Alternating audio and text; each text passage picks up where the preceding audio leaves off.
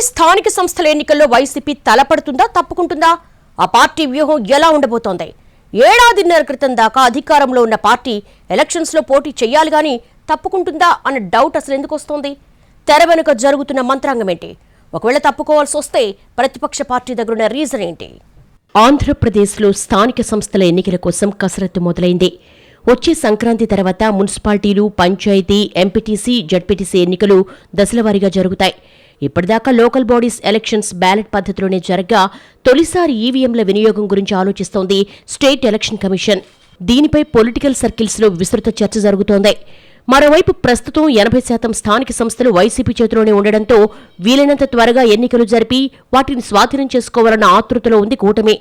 అదే సమయంలో 2024 general elections తాలూకు దారుణ పరాభవం నుంచి కోలుకుని పార్టీని ఫుల్ రీఛార్జ్ మోడ్లోకి తీసుకొచ్చే పనిలో బిజీగా ఉన్నారు వైసీపీ అధ్యక్షుడు జగన్. రాష్ట్ర, జిల్లా విభాగాలతో పాటు అన్ని అనుబంధ విభాగాల్లో పార్టీ పదవులను దాదాపు భర్తీ చేశారు. ఈ అక్టోబర్ కల్లా బూత్ లెవెల్ కమిటీల ఏర్పాటు కూడా పూర్తి చేయాలనుకుంటున్నట్టుగా తెలుస్తోంది. గత ఎన్నికల్లో ఓటమికి పార్టీ లైనప్ దెబ్బతినడం కూడా ఓ కారణమని భావించిన జగన్ ప్రస్తుతం దాని మీద దృష్టి పెట్టారట. బూత్ లెవెల్ కమిటీల గురించి అప్పుడే ఎందుకు ఆలోచిస్తున్నారన్న డౌట్స్ మొదట్లో కొందరు నాయకులకు వచ్చినా అదంతా స్థానిక ఎన్నికల కోసమేనని ఇప్పుడు అర్థం చేసుకుంటున్నారు. ఇటీవల వైసీపీ ఏ కార్యక్రమానికి పిలుపునిచ్చినా క్యాడర్ బాగానే బయటకొస్తున్నారు. అలాగే జగన్ ఏ ప్రాంతంలో పర్యటనకు వెళ్లినా పార్టీ క్యాడర్ నుంచి ఊహించని రెస్పాన్స్ వస్తోంది.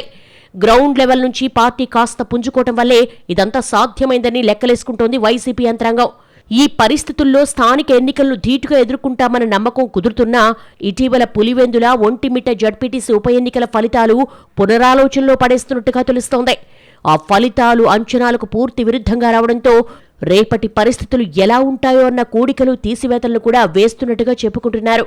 అయితే ఈవీఎంల వల్ల అసెంబ్లీ ఫలితాలు తారుమారయ్యాయని ఇప్పటికే ఆరోపిస్తున్న వైసీపీ స్థానిక సంస్థల ఎన్నికల్లో కూడా ఆ యంత్రాల వాడకాన్ని సమర్థిస్తుందా లేక వ్యతిరేకిస్తుందా అన్న అనుమానాలున్నాయట. అదే సమయంలో పార్టీ వర్గాల్లో మరో చర్చ కూడా జరుగుతోంది. ఓటింగ్ ప్రాసెస్ ఏదైనా పెద్ద తేడా ఉండకపోవచ్చని, కేంద్ర బలగాల పర్యవేక్షణలో ఎన్నికలు జరిగితేనే తమకు న్యాయం జరుగుతుందన్న వాదన సైతం ఉంది. లోక్సభ, అసెంబ్లీ ఎన్నికల తరహాలో వీటికి కూడా కేంద్ర భద్రతా బలగాల పర్యవేక్షణ ఉంటే అప్పుడు ఎలాంటి మెకానిజం తీసుకొచ్చినా ఇబ్బంది ఉండదన్నది జగన్ అభిప్రాయంగా చెప్పుకుంటున్నారు. బ్యాలెట్ అయినా ఈవీఎంలైనా రాష్ట్ర పోలీసుల నేతృత్వంలో పోలింగ్ జరిగితే తమకు ఇబ్బందన్నది వైసీపీ పెద్దల భావనట.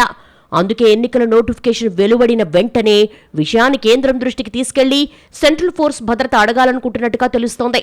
అదే సమయంలో మరో ఆసక్తికరమైన వాదన కూడా వినిపిస్తోంది పార్టీ వర్గాల నుంచి. ఒకవేళ ఎన్నికల టైంలో సెంట్రల్ ఫోర్స్ మోహరింపును గనక కేంద్ర ప్రభుత్వం అంగీకరించకుంటే ఎన్నికల్లో పాల్గొనే విషయాన్ని పునఃసమీక్షించే అవకాశం ఉండొచ్చనంటున్నారు. కేంద్ర బలగాల సహకారం లేకుండా కేవలం రాష్ట్ర పోలీసుల పర్యవేక్షణలో ఎన్నికలు జరిగితే తాము ఎంతలా పోరాటం చేసినా ఉపయోగం ఉండబోదని, అలా పోటీ చేసి మరో ఘోర పరాభవాన్ని మూటగట్టుకునే కంటే ఎన్నికలకు దూరంగా ఉండడమే బెటర్ అని భావిస్తున్నట్టుగా తెలుస్తోంది. ఈ పరిస్థితుల్లో నోటిఫికేషన్ వచ్చాక వైసీపీ గేమ్ ప్లాన్ ఎలా ఉంటుందన్నది ఆసక్తికరంగా మారింది.